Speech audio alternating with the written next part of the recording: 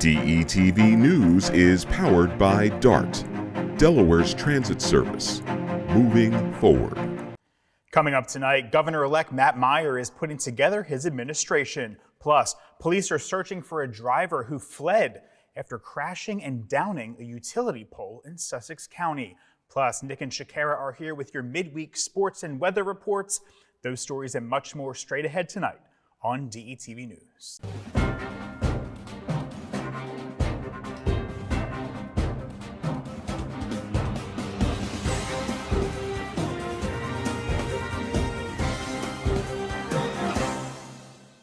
Good evening and welcome to this DETV News Brief. I'm Matt Ford. Thanks so much for joining us this evening. Here's what's making headlines today across the first state. Governor-elect Matt Meyer has announced the very first wave of leadership appointments for his upcoming administration, naming 3 experienced individuals to top roles. Vanessa S. Phillips will serve as the new chief of staff. Wilson B. Davis has been tapped as chief legal counsel, and Evelyn Waters Brady will be the transition director. Phillips, who currently serves as the Chief Administrative Officer for Newcastle County, has deep ties to Delaware's public service. She has worked as a prosecutor in Washington, D.C. and held leadership positions at several state agencies, including Delaware Labor and Transportation Departments. She was appointed to her current role by Meyer in 2018. Davis brings a wealth of legal expertise, having worked in both Newcastle County offices of law and the Delaware Department of Justice. He has served as the county attorney since 2019. Also under Meyer's administration, a lifelong resident, Davis is well-versed in the state's legal landscape. Brady, a former public school teacher, has made her mark in statewide advocacy. She has worked with organizations such as the Delaware Voting Rights Coalition, Network Delaware, and Planned Parenthood of Delaware. She also serves as the state Democratic Party's 12th Representative District Committee. Meyer, who won the gubernatorial race over State House Minority Leader Mike Ramone, has already begun preparing for his term. His team launched a transition website last week as part of their ongoing efforts to ensure a smooth transition when he takes office in January. In other news tonight, a 63-year-old Camden, Delaware man has been charged with the murder of his girlfriend, 72-year-old Marjane Land. Delaware State Police say Land was found dead in her Magnolia home back on June 30th, prompting a welfare check by troopers. State Police say Gregory Bratcher apparently killed her, and he was indicted on November 4th for first-degree murder and strangulation. Bratcher was arrested on November 8th and remains in custody at Sussex Correctional Institution on a $1 million bail. Police have also arrested 49-year-old Trevor Livesey of Newark following a series of burglaries in the Glasgow area. Livesey, taken into custody Tuesday evening, faces 11 felony and 6 misdemeanor charges. Authorities say he committed multiple residential burglaries in Four Seasons, Pencader Village, and Melody Meadows. He was caught riding a stolen bicycle after taking a rifle and other items. He is being held on a $90,501 bail at Howard Young Correctional Institution. And the Delaware Office of Marijuana Commissioner has released a list of those awarded businesses license for cultivation, manufacturing, and testing. However, retail dispensary license will not be issued until December. That's according to Marijuana Commissioner Rob Koop. With more than 500 applicants vying for just 15 retail licenses, demand is high and cities are navigating zoning regulations for these new businesses. They say it's up to the municipalities to decide where these businesses can be set up, noting that areas like Dover, Milford, and Wilmington are still deliberating. While retail sales won't start until March of 2025, conversion licenses from medical centers to sell recreational marijuana have been approved. Background checks for the selected applicants are now underway. And turning to weather now, Delaware finally saw some measurable rain Sunday night, but it's still far below what's needed to ease these drought conditions we've been under. Most areas received about ½ inch of rain, ranging from 1/4 to 3/4 of an inch across the state of Delaware. That's according to the National Weather Service. Since September 1st, Delaware has had only around 0.6 of an inch of rain, 8½ to 9¼ inches below normal rates. Meteorologists say that this slow pace expected through the year's end, with Sussex counties especially behind their normal amount. Only one rain chance is forecasted for the week ahead, with minimal accumulation expected. And on that note, turning to weather, let's get a look at how the work week is looking on the second half of things. Hey, Shakara, how's it looking out there? DETV News Weather is brought to you by Real Life Prosthetics. Live life fully with Real Life Prosthetics. Your ability is our mission. Hey Matt, it's actually looking pretty good. I know that we haven't been getting any rain, but I'm sure that the car wash dealerships are happy. So, good evening, DETV fam. I've been hearing from so many people talk about this cold weather that we've been having the last few days, but guess what? It is November, and we have just been spoiled for the last couple of months. This morning was definitely a chilly start, and we were hit with reality of the coldest days so far this season. Today, we don't have those gusty winds like we had yesterday, but we did have those brisk temperatures and plenty of sunshine. This evening, we are expecting clear skies with temperatures dipping down to a chilly 38. So bundle up if you'll be out for your kids' practice or a game.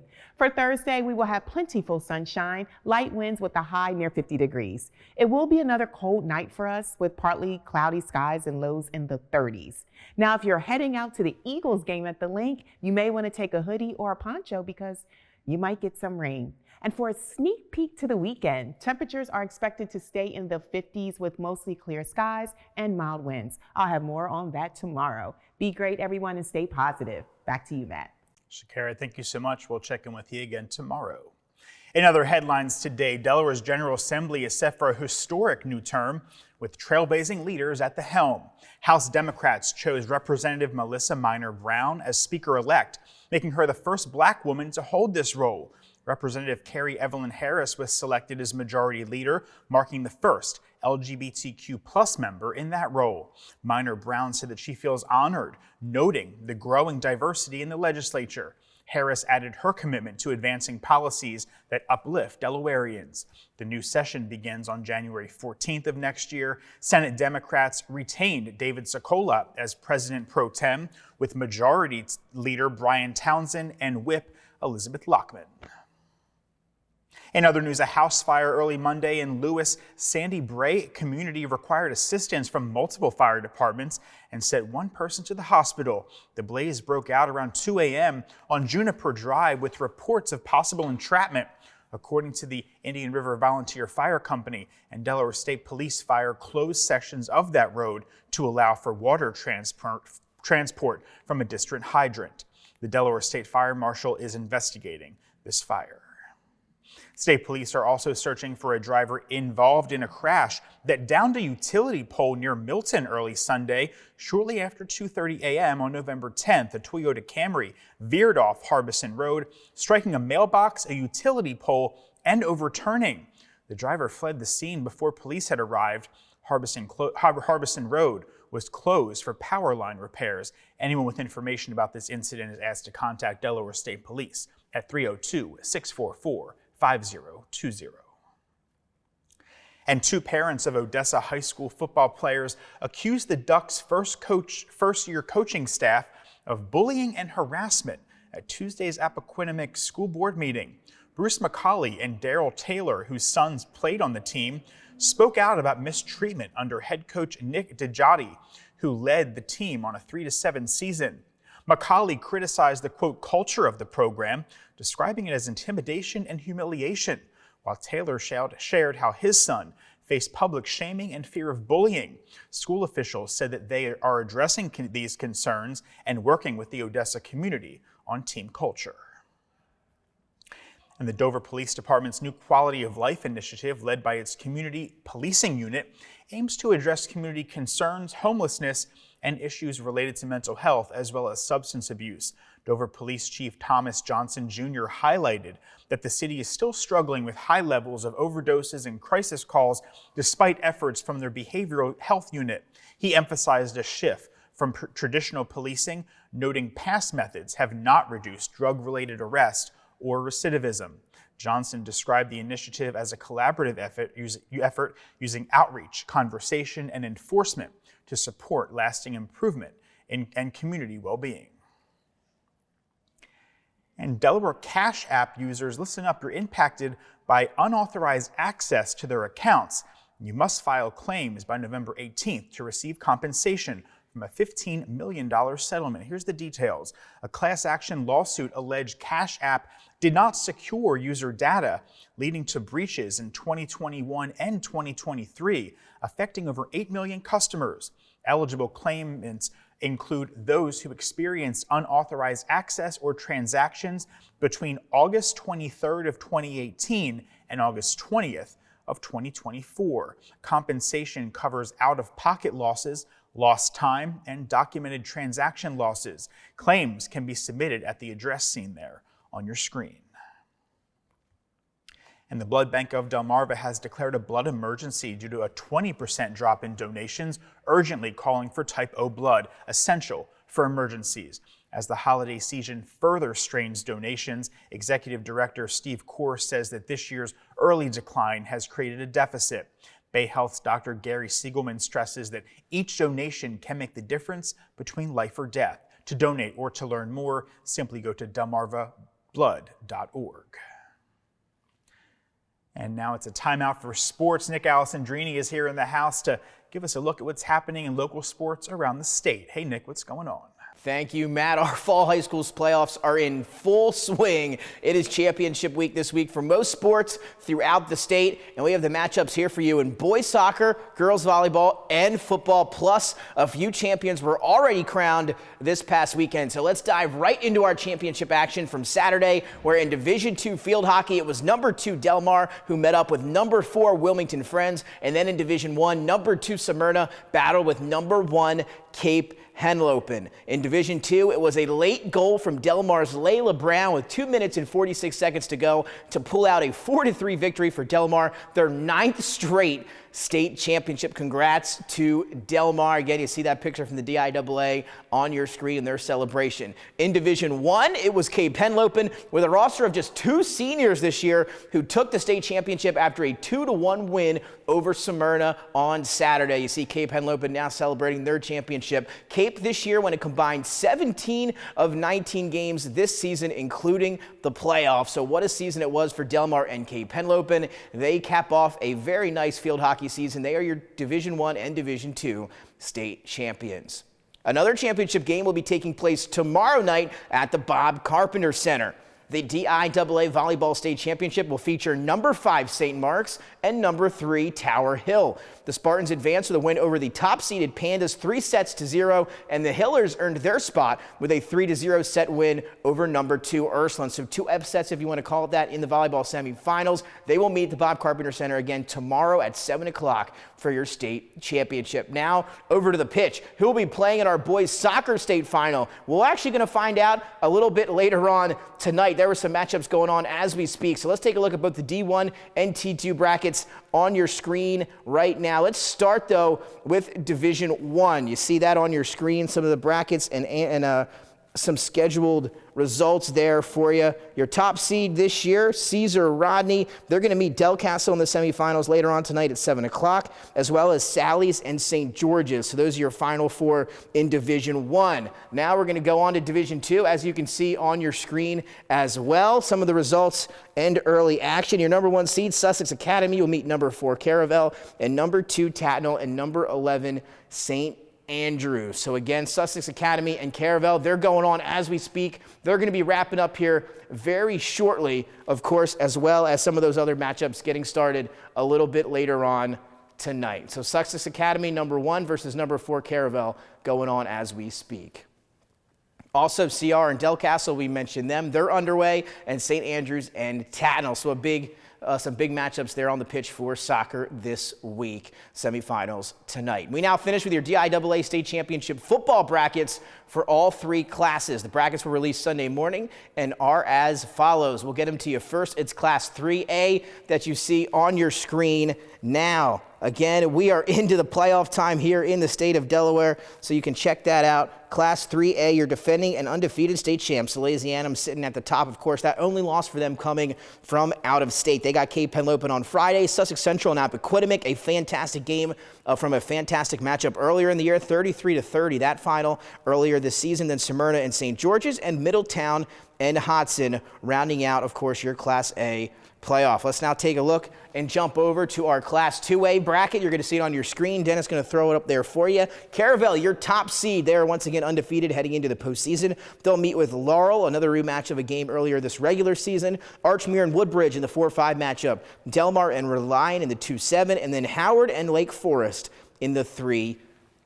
Well, that'll take us to our final bracket, Class 1A state championship bracket, coming at you here as we speak. Again, your top seed in Class 1A, Indian River, a big year for the Indians. They meet Conrad in round 1, followed by Polytech and First Day Military in the 4-5, Tatnall and St. Elizabeth's in the 2-7, again, a state championship matchup from a few years ago, and then Brandywine and Christiana in the 3 versus the 6. So it has been a busy week in high school sports, and it's only going to get busier, of course, the football getting underway this weekend, guys. Sounds good there, Nick. Thank you very much. Before we leave you tonight, Lauren Tyree, a junior at St. Mark's High School, was named National Eagle Scout of the Year by the American Legion, adding to her impressive list of accomplishments. Known for her drive, Tyree has founded 3 nonprofits and received recognition from the White House. Her nonprofits Cul-de-sac Concerts, GLDN, and Serve aim to inspire youth involvement in community service. That's wonderful. Congratulations to her. That's going to do it for tonight's DETV News Brief. Don't forget to follow us all along your favorite social media platforms for updates on what's happening all around Delaware. And if you have a question, comment, news, or sports tip, you know where to send it. Contact us at press@detvch.com. For Nick, Shakara, and all of us here at DETV, I'm Matt Ford. We'll see you right back here tomorrow night. Take care.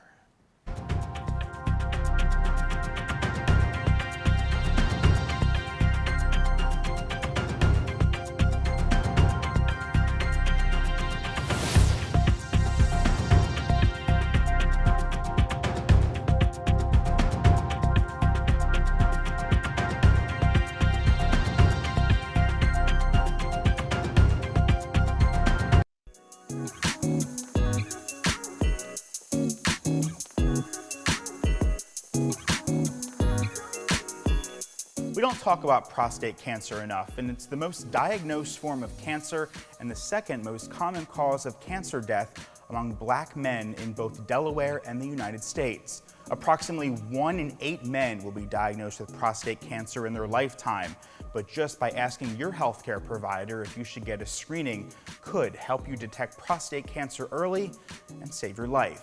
So let's talk about it. Talk to your healthcare provider today about a prostate cancer screening if you are 40 years of age or older, or have a family history of prostate cancer. If you don't have insurance, or if your insurance doesn't pay for cancer screenings, Screening for Life may provide you with the screenings that you need, and Nurse Navigators make this process easier. To learn more, visit healthydelaware.org/prostate or call 211.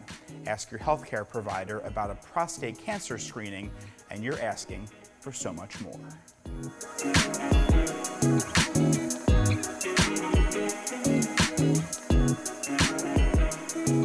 My name is Jason Aviles, and I am the founder and owner of Fly Yogi, and I'm here to share with you some tips to be able to help fight opioid addiction.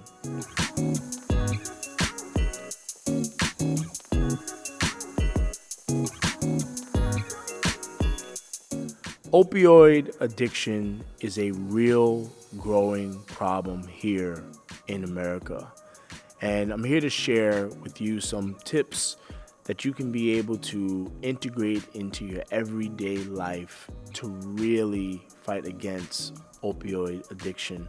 One of the first things is redeveloping your mindset. One of the practices that I like to use daily is meditation. And what meditation does is it brings you clarity of mind, and it helps keep you grounded, and it improves your ability to make decisions that you are going to benefit from. A lot of the time we find that addiction is rooted in our mindset. It's rooted in how we think and how we perceive, and therefore how we act. So this is a really good way to help fight against that energy of addiction. The second thing is improving your lifestyle through diet and exercise. At the very root of addiction, there is substances within the body that's causing the addiction on a physical level. When we begin to introduce healthier foods, plant-based foods, we begin to remove and detox the substances that are in our body that's causing and attracting the addiction.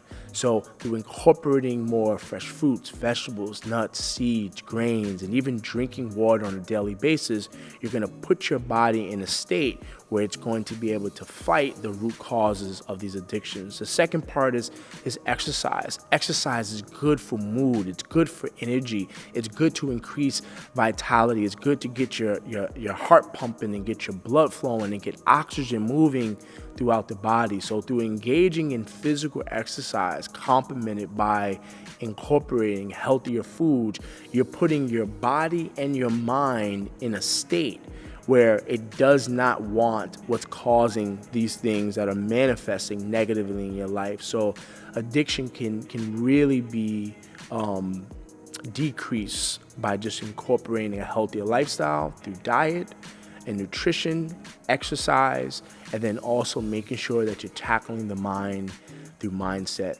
through meditation.